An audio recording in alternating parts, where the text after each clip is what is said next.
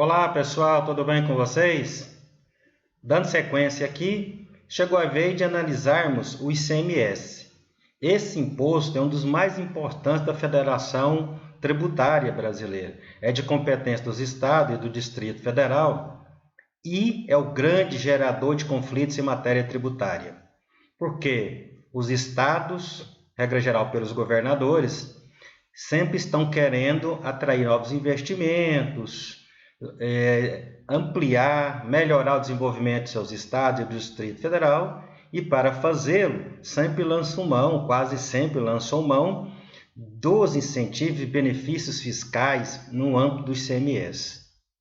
Esse imposto, cobrado pelas 27 unidades da Federação Brasileira, é o grande responsável por não caminhar a reforma tributária, porque não se quer, no âmbito dos estados, perder poder fiscal, sobretudo de elaboração de políticas de atração de investimentos, e com isso, os contribuintes ficam à mercê de vários conflitos em matéria tributária nessa questão, muitas já resolvidas pelo Supremo Tribunal Federal.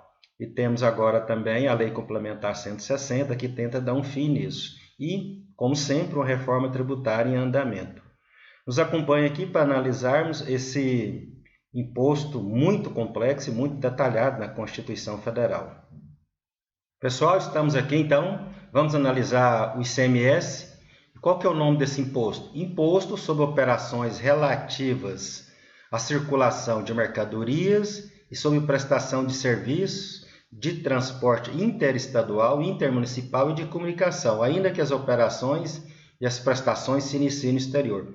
É um nome muito grande, muito complexo, que nos dá uma visão ampla do que seja o ICMS, que também é um leque. A lei complementar que trata o ICMS, nós já vimos que a Constituição exige lei complementar para se cobrar imposto, regra geral, o IPVA, é a Lei Complementar 87/96, conhecida como Lei Candir. Olha só o desdobramento do ICMS. A lei complementar faz desdobramento do enunciado constitucional da seguinte maneira. Então, o ICMS incide sobre operações relativas à circulação de mercadorias, inclusive fornecimento de alimentação e bebidas em bares, restaurantes e estabelecimentos similares. Essa é uma hipótese. A segunda, prestação de serviço de transporte interestadual e intermunicipal, por qualquer via, de pessoas, bens, mercadorias ou valores. Então, a segunda hipótese aqui trata de serviço de transporte interestadual e intermunicipal. Vale dizer, não no âmbito simples do município, no transporte no âmbito do município, regra geral está sujeita ao ISS. Terceira hipótese, prestação onerosa de serviço de comunicação, por qualquer meio, inclusive geração, transmissão, recepção, retransmissão, repetição, ampliação de comunicação ou qualquer outra natureza. Ou seja, as prestações onerosas de serviço de comunicação, que é a prestação gratuita, está na Constituição Federal, que tem imunidade. Quarta hipótese, fornecimento de mercadoria com prestação de serviço não compreendido na competência tributária dos municípios. Regra geral, o município tributa o ISS e os estados com as mercadorias ICMS, mas essa zona cinzenta, que bem se refere a outra hipótese, que é fornecimento de mercadoria com prestação de serviço, sujeito a imposto sobre serviço de competência dos municípios, e quando a lei complementar aplicável, expressamente sujeitar a incidência do imposto estadual. Ou seja, então há aquela zona de aparente conflito entre ICMS e ISS, porque há venda de mercadoria com prestação de serviço. Nessa hipótese, pode ser só ICMS, pode ser só ISS, ou pode ser ambos, desde que a lei expressamente assim o preveja. E vamos analisar quando estiver tratando do ISS. Na Constituição Federal, o ICMS está previsto no artigo 155, inciso 2, e parágrafos 3º, 4º e 5º. Pessoal, é muito disciplinamento o ICMS. Isso já evidencia a sua importância arrecadatória para os entes federados e, sobretudo, a tentativa de se coibir conflitos, e que essa tentativa até hoje não logrou êxito.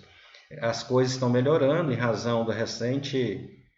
O Supremo Tribunal Federal iria intervir nessa matéria, mas o Congresso Nacional editou a Lei Complementar 160, tentando amenizar esses conflitos. Hoje o disciplinamento está muito melhor.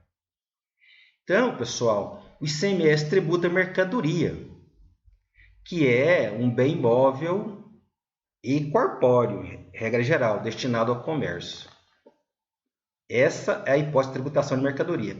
E também o ICMS tributa o serviço de transporte, como acabamos de ver, tanto entre estados como entre estados e municípios. E de comunicação, né, quando não é gratuita. Mercadoria, que é essa hipótese mais tradicional de ICMS, é assim, né? O posto de combustível, vendeu combustível, incide ICMS, embora possa ser tributação por substituição tributária, mas incide. Por exemplo, uma loja de shopping vende calças, camisa, blusa, relógio, celular, isso tudo é mercadoria, está sujeito ao ICMS. É claro que nós já lembramos aqui que essas empresas de grande porte optam, e quem fatura mais de 78 milhões por ano, essa pessoa é obrigada a apurar o imposto de renda e a CCL pelo lucro real, mas as empresas podem apurar também pelo lucro presumido, e aí mesma coisa, tem que pagar o ICMS também, assim como no lucro real. E no Simples Nacional, né? Essas empresas de pequeno porte que lá, na arrecadação do Simples Nacional, já inclui também o ICMS como regra geral. O ICMS próprio, né?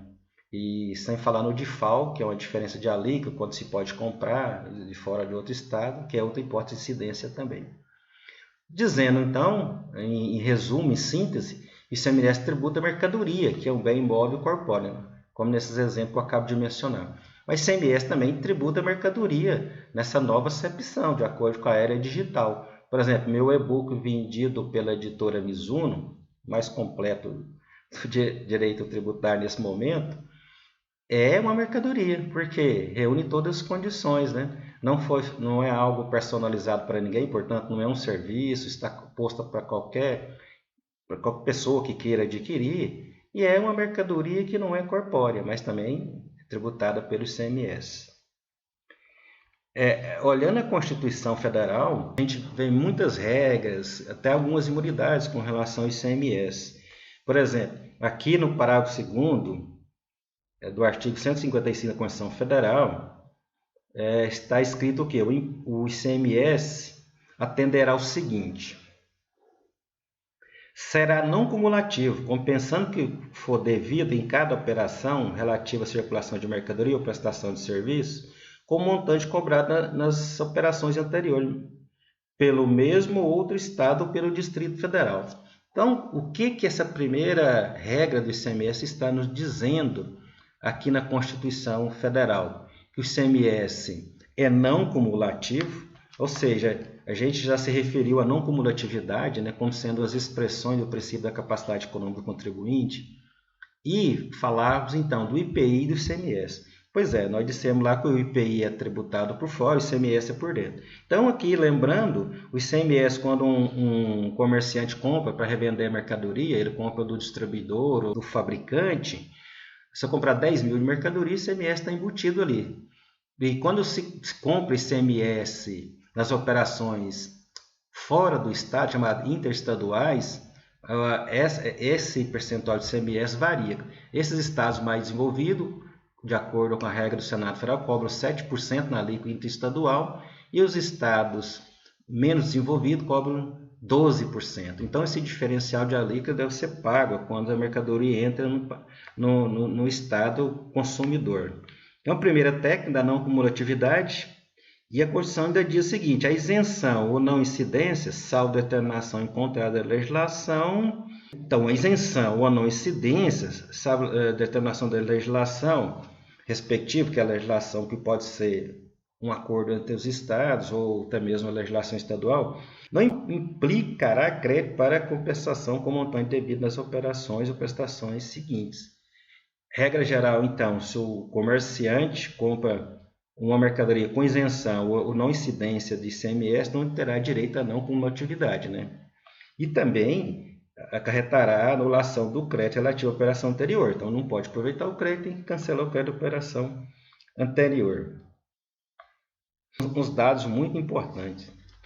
Outra questão que a gente já havia mencionado ano passado é que o ICMS, além daquelas hipóteses que já vimos aqui, de mercadoria, de prestação de serviço, etc., o ICMS incidirá também sobre, de acordo aqui com o inciso 9, a linha A desse parágrafo 2º da Constituição Federal, que a gente está mencionando, então, de acordo com essa linha A, o ICMS incidirá também sobre a entrada de bem ou mercadoria importados do exterior por pessoa física ou jurídica, ainda que não seja contribuinte habitual do imposto, qualquer que seja sua finalidade. Percebo, então, vocês se lembram daquele caso que eu dizia, né, lá quando analisamos o IPI, que o IPI deve ser pago também na importação pela pessoa física, ele também é regido pelo princípio da não cumulatividade. E eu dizia naquela ocasião que a Constituição dizia entrada de mercadoria. Os contribuintes conseguiam porque eles não eram contribuintes e o bem, por exemplo, o carro importado, a moto, o navio, etc., não eram mercadoria na acepção clássica do termo. Mas a Constituição foi mudada aqui pelo ICMS e hoje a jurisprudência do Supremo Tribunal Federal reconhece isso, né? Sim, a validade da norma constitucional, tanto que no RE 593/849 o Supremo já disse que incide ICMS na importação de mercadorias ou de bens pelas pessoas físicas ou pelas pessoas não contribuintes. Salvo engano, é a súmula vinculante, que vamos checar aqui, que diz que já reconhece a validade desse enunciado constitucional que foi feito aqui na regra do ICMS, mas assim, já reconhecido pelo Supremo Tribunal Federal, que incide, de acordo com a regra da Constituição, tanto para o ICMS como o IPI, incide IPI e ICMS na importação de bens para pessoas lá do exterior, mesmo que não seja contribuinte e que seja pessoa física, o que era mais recorrente. Isso, salvo engano, eu coloquei aqui no final para vocês. Sim, o Supremo fixou o entendimento no sentido de que é simples. Sim, após a emenda constitucional 32, é constitucional a incidência ICMS sobre operações de importação efetuadas por pessoa física ou jurídica, que não se dedica habitualmente ao comércio ou prestação de serviço. Então, o Supremo aqui referendou essa norma constitucional, como eu mencionei para vocês, que está no artigo 155, parágrafo 2º, inciso 9, a linha A da Constituição Federal. O que temos ainda com relação ao ICMS, quem é o contribuinte de ICMS por natureza? E a Lei Candir, no artigo 4º, diz quem é o contribuinte do ICMS. Contribuinte, então, é qualquer pessoa física ou jurídica que realize com, olha o primeiro dado importante, habitualidade ou em volume que caracteriza intuito comercial, que pratica, então, circulação de mercadoria ou prestação de serviço. Quem é o contribuinte do ICMS? É quem, regra geral, o comerciante, o fabricante, o distribuidor. Por quê? Eles praticam as atividades empresariais com habitualidade. Agora, uma pessoa física pode ser considerada, sim, contribuinte do ICMS? Sim, pessoal, pode, porque de acordo com o volume, né, e habitualidade da comercialização. Uma pessoa que, por exemplo, compre um homem que compre lá 2.000 calças, 2.000 camisas, não tem como dizer que é para uso pessoal, isso é comerciante, né? A mesma coisa uma mulher, né, que compra, supor lá, 500 pares de sapato. Isso é um volume que caracteriza intuito comercial. Então, os estados podem atuar? Podem, e eles atuam mesmo, e tem muito auto-infração nesse sentido. Então, o contribuinte, regra geral, é quem industrializa, quem vende as mercadorias, sabe? E pode ser tanto o distribuidor como o comerciante varejista, e pode ser uma pessoa também, por exemplo, um sacoleiro que pratica isso com habilidade e volume, né, que revela intuito comercial. A alíquota do ICMS varia de acordo com a legislação estadual, daí, né, a grande importância das empresas escolherem o local certo para poder produzir e comercializar seus bens. A regra geral, a alíquota padrão de 27% sobre as operações. Como é não cumulativo, né? Então o comerciante, por exemplo, compra mercadoria, tem um crédito, quando ele revende, tem um débito, então ele faz um encontro de contas e faz o acerto na FD, ICMS e IPI e paga o tributo geralmente até o 5º dia útil do mês seguinte ao da operação. é para o pessoal de tributação normal, né? É a grande, os fatos geradores mais que arrecado para os estados, Distrito Federal em matéria de ICMS são, sim, energia, combustíveis e etc. Essas coisas de consumo de pessoas físicas, né? Voltando aqui na questão da jurisprudência, para a gente finalizar, então, o Supremo também fixou o entendimento no sentido de que simples deslocamento de mercadoria de um estabelecimento para outro da mesma empresa, sem transferência de propriedade, não caracteriza hipótese de incidência de ICMS. Por que isso, pessoal? É muito curioso, né? Porque a Lei Complementar 87/96 trata do aspecto temporal do fato gerador de ICMS. Então, aqui no artigo 12 está escrito o seguinte: considere-se ocorrido o fato gerador do ICMS no momento da saída da mercadoria do estabelecimento do contribuinte, ainda que para outro estabelecimento do mesmo titular. Então, de acordo com o fisco estadual, ou de acordo com a Lei Complementar 87/96, o mero deslocamento de mercadoria, por exemplo, entre filiais, matrizes filiais de uma mesma empresa, ensejaria o pagamento do ICMS. Por quê? O fato gerador é a saída do estabelecimento, mas o Supremo Tribunal Federal entende que essa saída, que esse deslocamento, que essa mudança de titularidade para configurar o fato gerador do ICMS, precisa haver uma mudança de titularidade jurídica, porque o mero deslocamento físico, a matriz pode transferir a mercadoria para a sede pode transferir a mercadoria para a matriz. Isso não é fato gerador, porque tem que haver uma mudança jurídica de propriedade. Por exemplo, o distribuidor vendeu para o varejista, o varejista vendeu para o consumidor final. Então, o mero deslocamento não pode ser já o fato gerador de ICMS.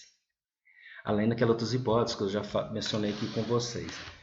Pessoal, o ICMS é um dos impostos mais importantes da Federação Brasileira, volto a dizer, gerador de muitos conflitos, agora amenizado com a Lei Complementar 160, é lançado por homologação e o STJ tem ali umas 20 súmulas sobre o ICMS, o Supremo tem várias, inclusive a súmula vinculante 32 e a 48 do STF, além de súmulas, por dizer assim, ordinárias, que eu recomendo que vocês leiam. E também uma gama muito grande de recursos repetitivos e recursos julgados com repercussão geral, que vocês podem encontrar todos no meu livro. É muita coisa mesmo sobre ICMS. É muito importante a gente saber para operar bem nas provas e para lidar bem na prática forense. Era isso por hoje, então peço que vocês se inscrevam no nosso canal, deixem seu like, compartilhem o vídeo com quem possa estar eventualmente interessado. Muito obrigado e até breve.